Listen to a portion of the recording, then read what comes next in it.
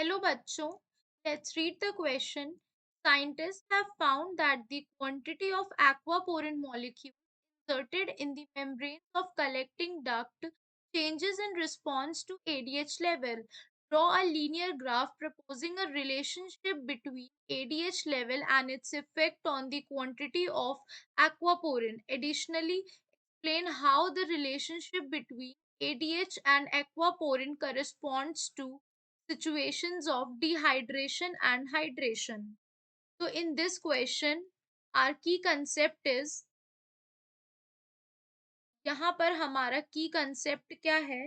Homeostatic regulation of kidney. Homeostatic regulation of kidney. यहाँ पर हमसे क्या कह रहा है? What is homeostatic regulation of the kidney? Basically, a combination of nervous and hormonal control manages osmoregularity function of kidney. कौन से दो चीजें होती हैं जो कंट्रोल करती हैं? A combination of nervous and hormonal control manages of osmolate regulatory functions of the mammalian kidney. लेकिन इनका जो इफेक्ट होता है on the amount and osmolarity of urine, these contribute to homeostasis of both blood pressure and blood volume. और ये दोनों किसको मतलब इनडायरेक्टली और डायरेक्टली अल्टीमेटली ये किस पे इफेक्ट डालते हैं? हमारे बीपी यानी blood pressure and blood volume पे। Okay, now the question is saying कि जो क्वांटिटी होती है एक्वापोरिन मॉलिक्यूल की inserted in the membrane of a collecting duct cell changes in response to ADH level. तो बेसिकली एडीएच होता क्या है? एडीएच जो होता है it is anti diuretic hormone.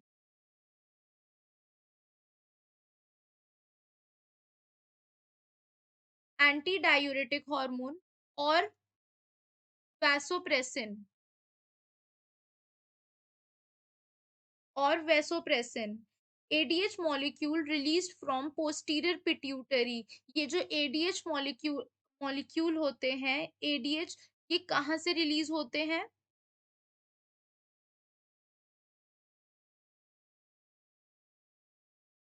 Posterior pituitary से रिलीज होते हैं। ओके, जो इनके यहाँ पर क्या होता है? बेसिकली इनकी मेम्ब्रेन जो होती हैं वो बाइंड कर जाती हैं, एक्टिवेट करती हैं मेम्ब्रेन रिसेप्टर्स को on the surface of collecting duct cells. जो कलेक्टिंग डक्ट की सेल्स होती हैं, कलेक्टिंग डक्ट की जो सेल्स होती हैं, वहां पर ये क्या करते हैं? वहां पर ये बाइंड हो जाते हैं और बाइंड होकर क्या करते हैं? ये एक्टिवेटेड रिसेप्टर्स जो होते हैं ये डायरेक्टली इंसर्शन करते हैं एक्वापोरिन प्रोटीन्स का।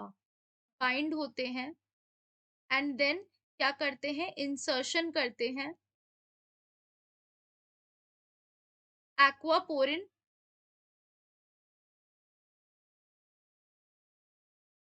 प्रोटीन का into the membrane lining the collecting duct, यानी कलेक्टिंग डक्ट की मेम्ब्रेन पर ये इंसर्ट करते हैं। More aquaporin channels result in more water recapture. जितना ज्यादा क्या होगा? एक्वापोरिन के चैनल्स होंगे, एक्वापोरिन चैनल्स जितने ज्यादा होंगे, ओके, उतना ही ज्यादा क्या होगा? वाटर का रिकैप्चर होगा। More the water recapture. Water के रिकैप्चर का मतलब वाटर का रीएब्जॉर्प्शन उतना ज्यादा होगा, और जितना ज्यादा वाटर का रीएब्जॉर्प्शन होगा उतना ही यूरिन का वॉल्यूम रिड्यूस होगा। यूरिन वॉल्यूम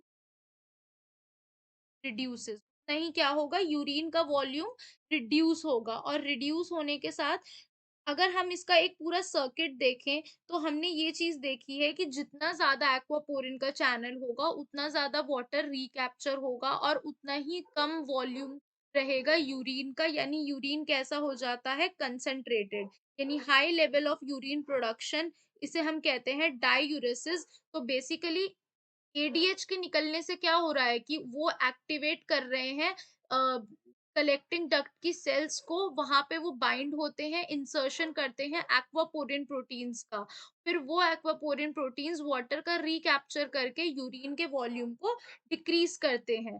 और कंसंट्रेट करने का मतलब है ये बॉडी में क्या प्रोवाइड कर रहे हैं, हाइड्रेशन प्रोवाइड कर रहे हैं। तो जब हमारा एडीएच का लेवल डिक्रीज हो जाएगा, अगर एडीएच का लेवल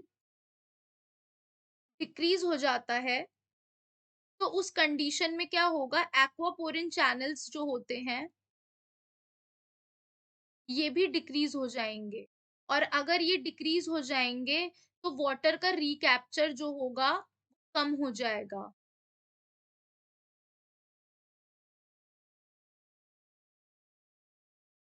और अगर वाटर का रिकैप्चर कम हो गया, यानी अब रीअब्जॉर्प्शन कम हो गया, तो मोर यूरिन वॉल्यूम, यूरिन का वॉल्यूम कैसा हो गया, यूरिन का वॉल्यूम बढ़ जाएगा। और यूरिन का वॉल्यूम बढ़ गया तो उससे क्या हो जाएगा, डिहाइड्रेशन हो जाएगा। से क्या हो रहा है हमारा, उससे डिहाइड्रेशन। तो साइन तो यहाँ पे क्या कह रहा है कि एडीएच का और एक्वापोरिन का क्या रिलेशन है हमारा, कि अगर एडीएच ज्यादा होगा, एडीएच मोर होगा, तो एक्वापोरिन भी मोर होते चले जाएंगे, यानी कि अगर वो बढ़ेगा तो ये भी बढ़ता चला जाएगा। ठीक है। तो अगर हम इसका एक लीनियर ग्राफ बनाते हैं, तो इसमें हमारी बिल्कुल जैसे जैसे कॉन्स्टेंटली दोनों चीजें इंक्रीज होती चली जाएंगी, और यूरिन कैसा होता चला जाएगा, कंसंट्रेट, क्योंकि वाटर का रीअब्जॉर्प्शन बढ़ जाता है। तो additionally explain how the relationship between ADH and aquaporin corresponds to situation of dehydration. यानी ये सिचुएशन क्या कॉज कर रही है, हाइड्रेशन कॉज कर रही है, क्योंकि बॉडी में पानी रीअब्सॉर्ब हो रहा है। लेकिन अगर एडीएच कम है, तो एक्वापोरिन भी कम है।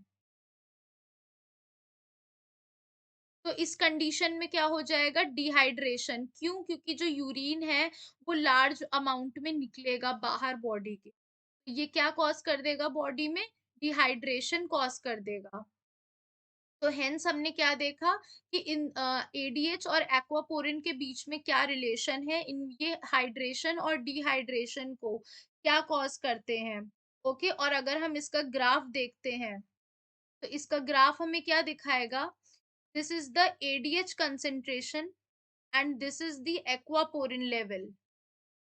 तो अगर हम देखें, तो यहाँ पर अगर इस तरह से हम देखते हैं कि अगर ये बढ़ रहा है, एक्वापोरिन बढ़ रहा है, अगर हम इस ग्राफ को करेक्टली देखें, यहाँ पर हमारा आएगा, यहाँ पर हमारा आ जाएगा एडीएच, यहाँ पर आ जाएगा एडीएच, एंड वाई एक्सिस पे आ जाएगा एक्वापोरिन। तो जैसे जैसे एडीएच इंक्रीज हो रहा है, वैसे वैसे एक्वापोरिन्स भी इंक्रीज होते चले जा रहे हैं। The graph shows this. Hope you guys understand. Thank you.